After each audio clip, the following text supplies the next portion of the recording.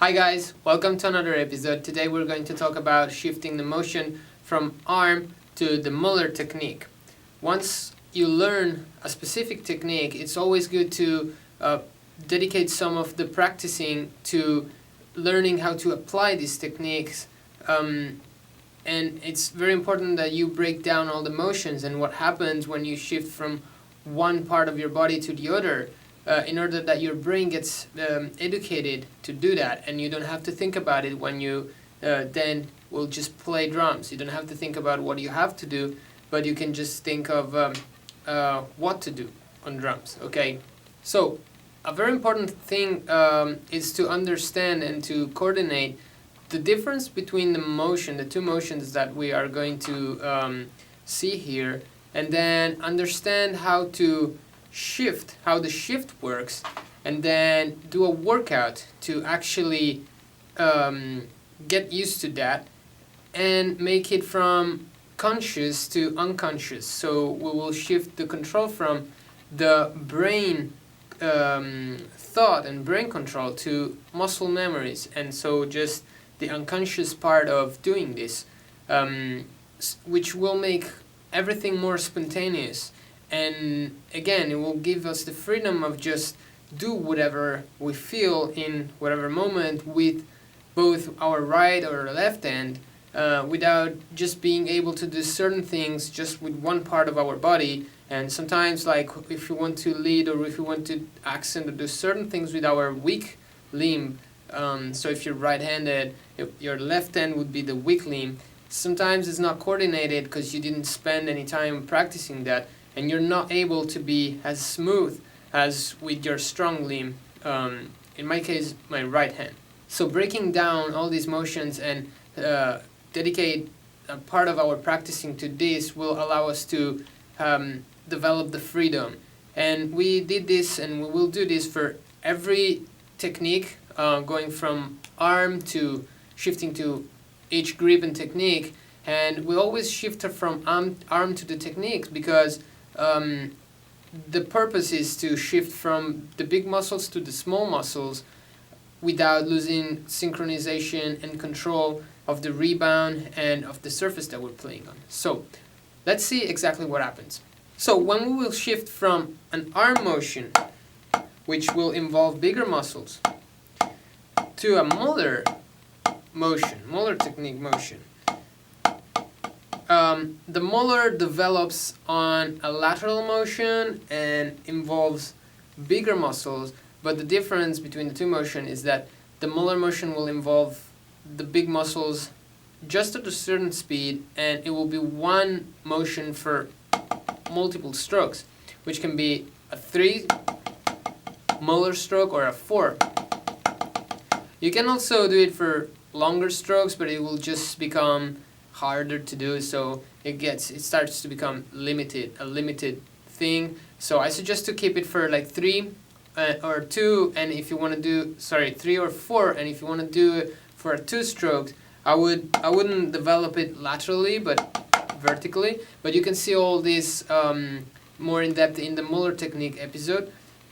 Instead, what I wanted to address here in this episode is that the motion will always start with an arm injection, but it will then develop into different ways. So the arm motion is just going to be a one stroke motion. So every time our arm will do a down and up stroke, we will only play one stroke with our stick. When we then shift this to the Moeller, we will play multiple strokes.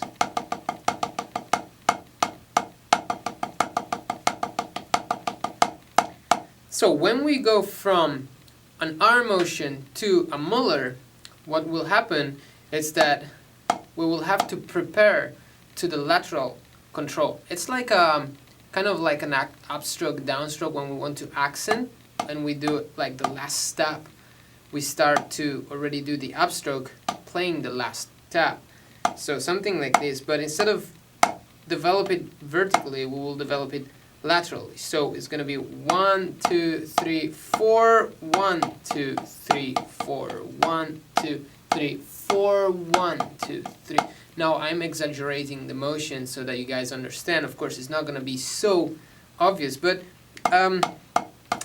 so you understand the concept, okay? So it's important that when we go from the arm to the molar, we understand this part, and we understand that we have to then start working in a different way. Instead, when we go from the molar to the arm motion, basically the first stroke of the arm bar, it's going to still be a molar motion, because we will, like, when we will play the fourth molar stroke, our arm will be like in this position. So it's better to just come back in a molar with a molar motion, and then just control the rebound vertically without going back in the molar system. So what I mean by this is basically doing this. So molar, molar, arm, molar, molar, molar, but then we'll control it by arm. Okay, so it's going to be 2, 3, 4, 1, 2, 3, 4, 1, 2, 3, 4, 1. Okay, so this type of motion. Great. Now that we understand this, and that we have an idea of how we have to coordinate and how we have to think about this shifting, let's do a workout that will help us to step by step to shift this from a thought and brain controlled motion to an unconscious and spontaneous motion, just by keep doing it and educating your muscles to be do spontaneously this kind of shifting. Okay, so the first part of the workout, we can start using heavier sticks. These are aluminum sticks. They're very heavy. The purpose of this is not to gain power and develop my muscles, is to always stay synchronized with the rebound.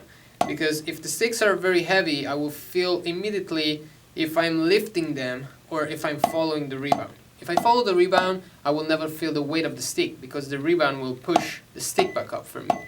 Instead, if I will feel the weight of the stick, it means that I'm not synchronized with the rebound anymore, and that's a mistake. And I never want to feel the weight of the stick. So I have to pay attention during the transaction, during the shifting between the arm and the molar motion, that I never feel the weight of the stick and I never lose the synchronization. And this kind of sticks, or any heavy stick, will help us in understanding if we are actually always synchronized in every part of the shifting, or we are doing some mistakes. So the first part of the workout, we will start playing 1 bar of quarter notes, 1 bar of 8 notes, shifting from arm motion, playing quarter notes, and molar motion, playing 8 notes. And we will do it without a click, so that we are free to just work on the feeling, work on feeling comfortable and being comfortable in doing this without the restriction of having to follow a metronome. And we can dedicate 1 minute for each limb, just 1 bar, 8 quarter notes, 1 bar, 8 notes. So the first part of the workout will be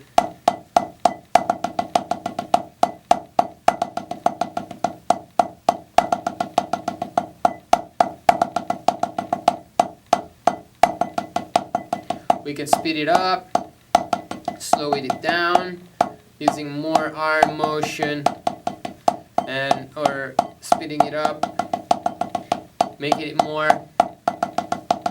a wrist motion. Of course, the more we will speed this up, the more we will work on our wrist, and we'll stop using the arm.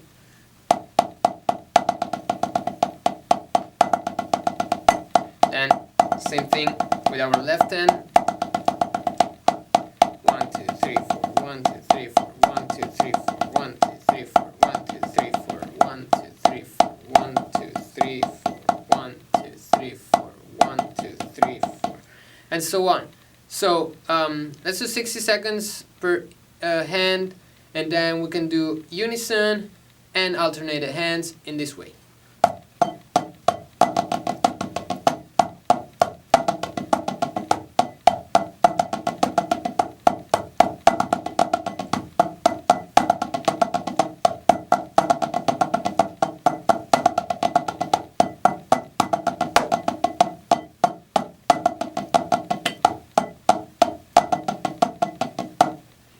alternated.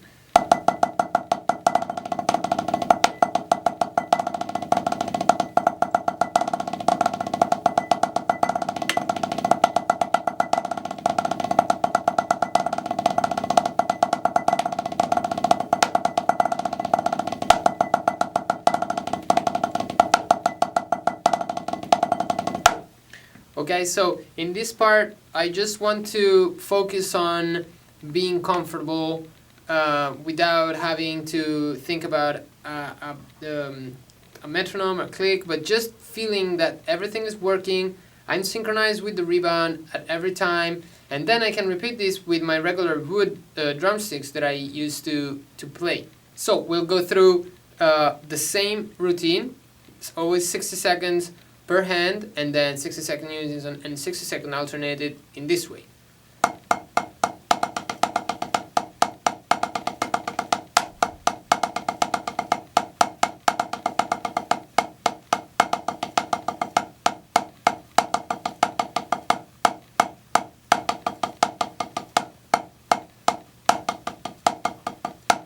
So I speed it up, I slow it back down, I just try different speeds, different dynamics, so that I just get the more comfortable possible with this. Then I'll do the same thing with the left hand.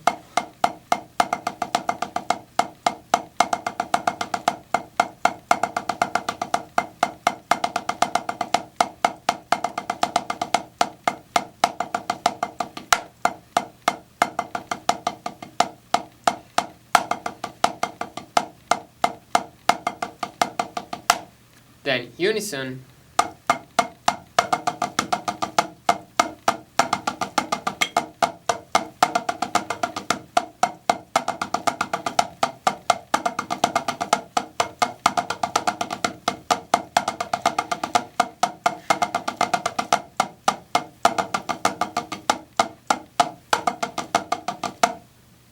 And it's good to practice the unison section, because the right hand and left hand teach to each other different things. The right hand might have more control, and so it teaches a little bit the control to the left hand, because in this moment what happens is that our brain is working at the same time on the same motion in two different parts of our body. So there will be a guide, like the stronger limb will become a guide for the weak limb, and you will feel this when you will practice this. You will feel the difference between playing unison and playing only your weak limb. How the playing unison becomes like the guide for the weak limb, like the strong limb becomes a guide for the weak limb. So, and then you can do alternated.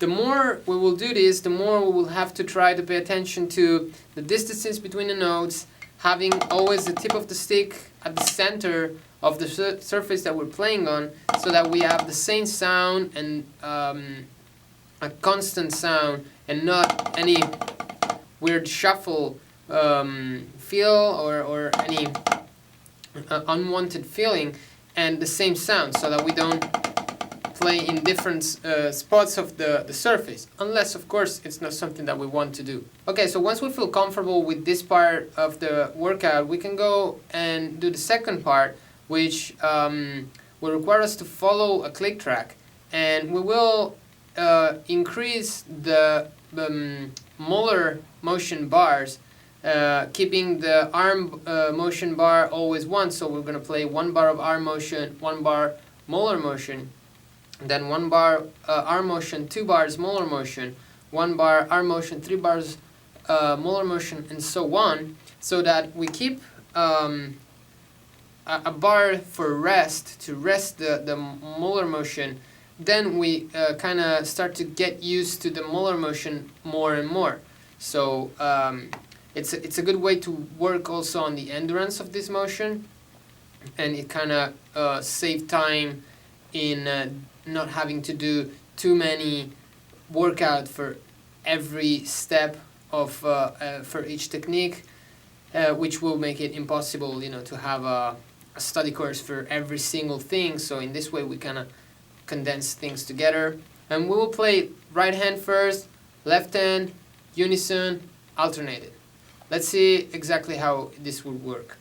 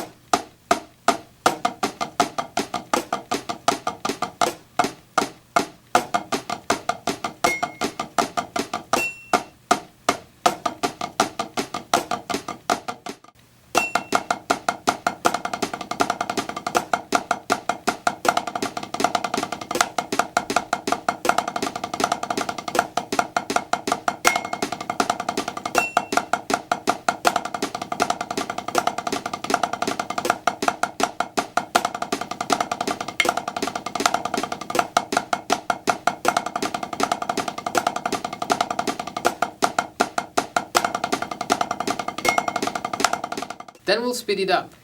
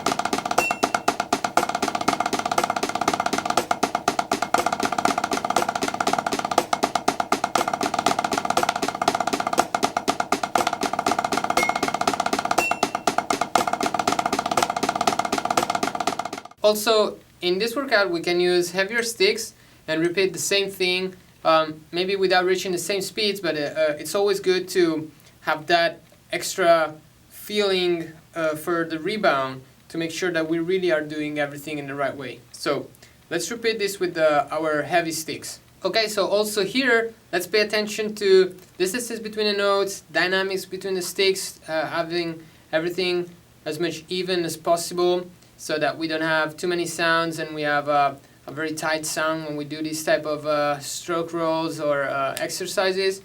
To play always at the center or always exactly where we want, In the unison part, I keep the tips of the sticks a little bit distant from each other so that I don't hit the other stick. That's the only reason why I stay a little bit that far away from the center. But for the rest, I try to always hit always in the same spot and always in the center of the surface they are playing in. And so again, this is a great exercise to shift from arm motion to swivel, and to make it to have the possibility to have this motion from thought and brain control to just natural and spontaneous, and will help a lot your drumming. So have a good practice, and I'll see you next time.